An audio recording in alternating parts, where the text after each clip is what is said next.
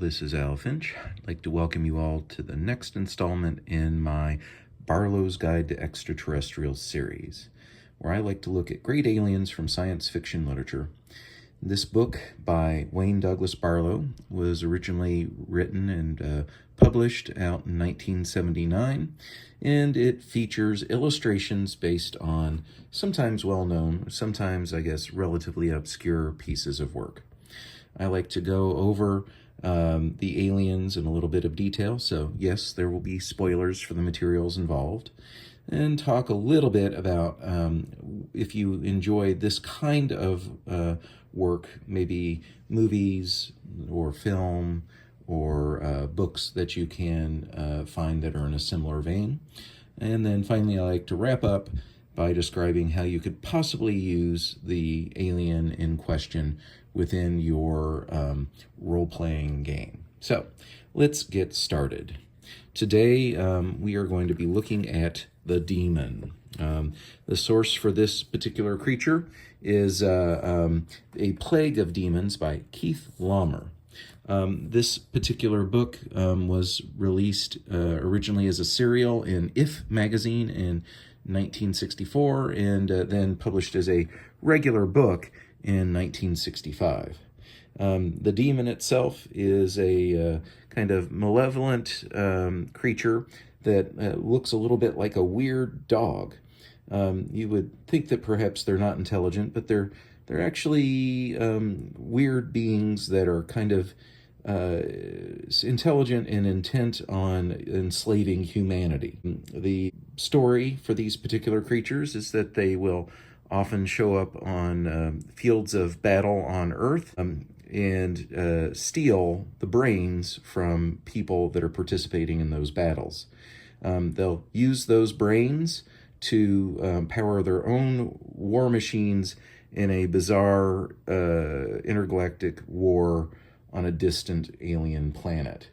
They go undetected amongst Earth's population. They can either use illusion or telepathy to mask themselves, making humans believe that they're actually just regular people walking among them. Now, of course, the book, Plague of Demons, well, that, all right, is something that I guess I can recommend. I don't think it's as high a tier as some of the other material that I've read it. It's a little more pulpy, a little more silly. If you're in for some light reading, you can probably get through it pretty quickly. The protagonist, to me, is fairly flat. He's a manly man who is extremely self-sufficient, and he's kind of a clandestine agent who's well-trained and well-outfitted to combat other men, but kind of finds himself at a disadvantage when dealing with the demons itself. There aren't any major strong female characters in the book, if I have to name a particular flaw.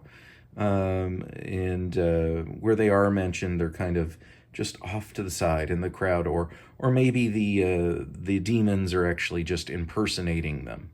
The protagonist can see the demons, but nobody really believes him. And so I guess that kind of brings to me, what are some things that you might enjoy if you enjoy this work? The first thing that comes to mind is the movie They Live, which was released in 1988, directed by John Carpenter and starring the famous wrestler Roddy Piper in the main role. In the film, Piper's character can see aliens that are essentially posing as humans and controlling the humans around them through subliminal messaging. Apparently, and I kind of went down this little rabbit hole, They Live was actually based on a work of short fiction called 8 O'Clock in the Morning by an author named Ray Nelson that was published in 1963. I personally haven't read this story, but I have discovered an audio drama, and I'm going to provide a link so that you can listen to the original story if you are interested in seeing what inspired the movie They Live. I've seen They Live. It is a well-deserved title for cult classic. I really enjoyed it, and I do recommend it for those that like their alien movies with a dash of, satire or public commentary mixed in with some goofy costume work. On the flip side, the aliens, the demons in A Plague of Demons, are known for stealing brains from the people that they're trying to dominate and then enslaving them by placing them in android bodies to fight in a war. That instantly calls to mind the Skyline movie series.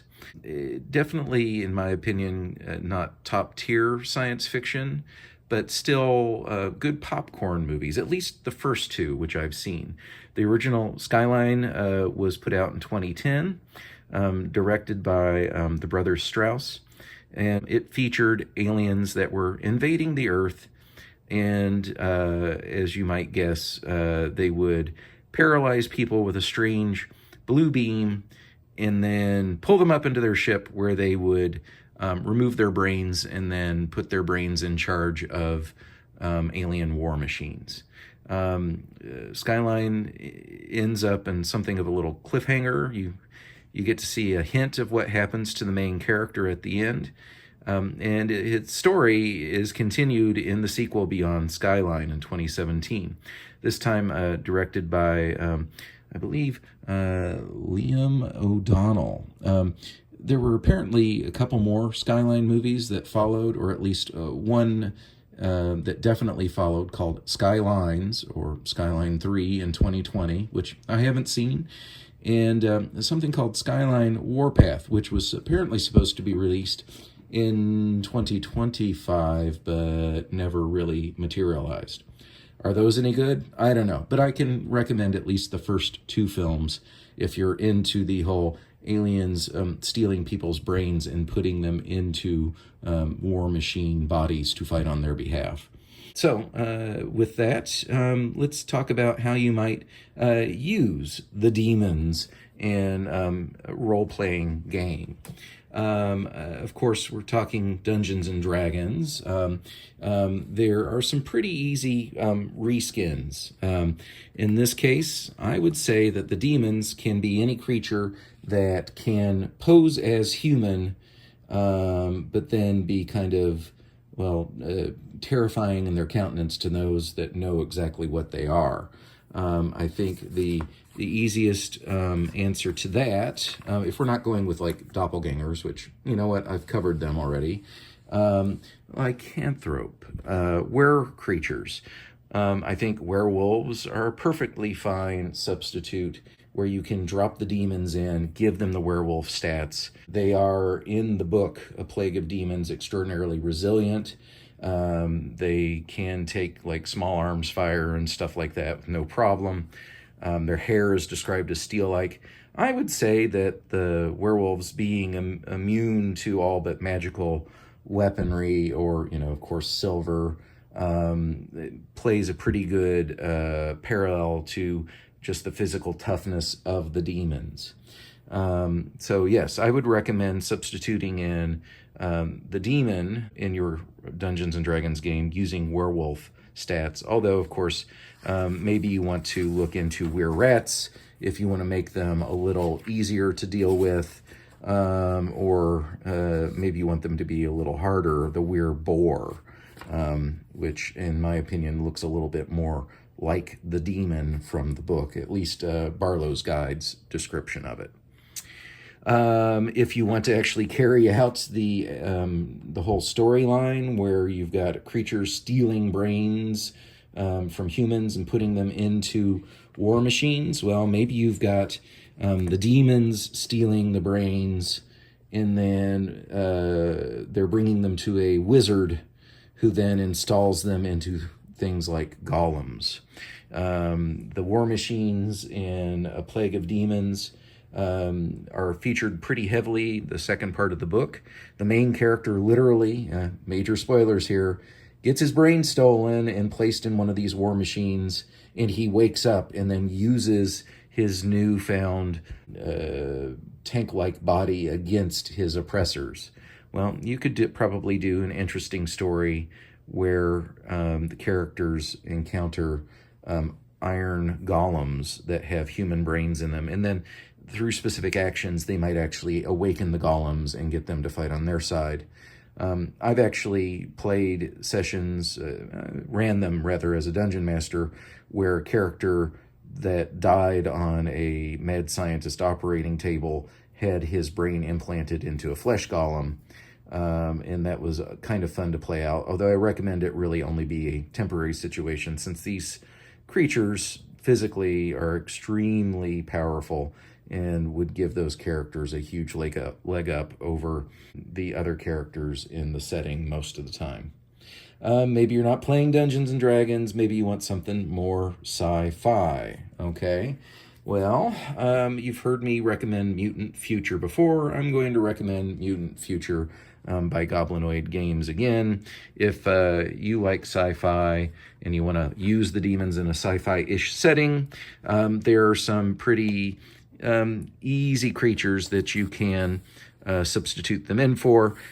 Here in the Mutant Future creature catalog in the back of the book are the Skin Stealers, who literally are parasitic mutant humans that will basically kill people, remove their skin, and walk in their skin as them. Well, here maybe they're not only stealing your skin, but they're stealing their brain, and then they're selling that brain to some evil genius who then can implant the brains of the people that they attack into assault bots, right? Classic science fiction adventure, if I ever heard one. Maybe post-apocalyptic science fiction's not your thing. I can give you one more recommendation. I don't have a Star Trek role-playing game exactly. What I do have is something called Starships Spacemen, also by Goblinoid Games. Why do I like them? I like them because they make these things fully compatible with Labyrinth Lord, which is essentially classic Dungeons and Dragons, which is a system that I know well. So the suggestions that I use here, I think, could easily be translated to a Star Trek RPG if you are playing one. And I think they're fairly obvious suggestions. In Star Trek, you would have to pick out some type of alien that can cast an illusion that makes people think that it's a person, but then it has a terrifying visage. I mean, frankly, for you Trekkies out there probably screaming at me right now, what about episode 1, season 1, The Man Trap, the Salt Vampire, or the M113 creature? Well, that you'd be right. That's my suggestion. Something like the Salt Vampire from the very first regular episode of the original series of Star Trek, I think would be a good fit. You could use the stats for that creature if you have it in your game and drop the demon in its place. And what do they do with the brains? Well, they put it into an android or a cyborg, or maybe literally even the Borg. If you're playing in this Starships and Spacemen game, you might use, of course, the stats for the cyborg here, for the war machines, and then the thought benders, which are vile humanoids that feed on other humanoids. They have telepathic powers that allow them to, or empathic powers that allow them to physically morph into the form of an attractive target, or an attractive human that then the target must face and potentially be charmed by. And if they are overtaken by the charm, then they start draining them. So you can use the thought benders here as the substitute for the demons. All right. I believe that is a pretty good, concise recap of some of the media and ways to use the demons in your role-playing games. If you would, please give suggestions of your own in the comments below. I'd love to hear from you. Maybe you've read the book before. A Plague of Demons, I think, is a little bit more obscure than the other titles. And frankly, many of the books, I think, that are covered in Barlowe's guide now are starting to kind of age out of consciousness, right? There are famous works in here, and there are some works that might have been more famous back in the day and are now kind of overlooked. I'd love to hear what you think about them. All right, I think I'm going to wrap it up here. Ta-ta for now.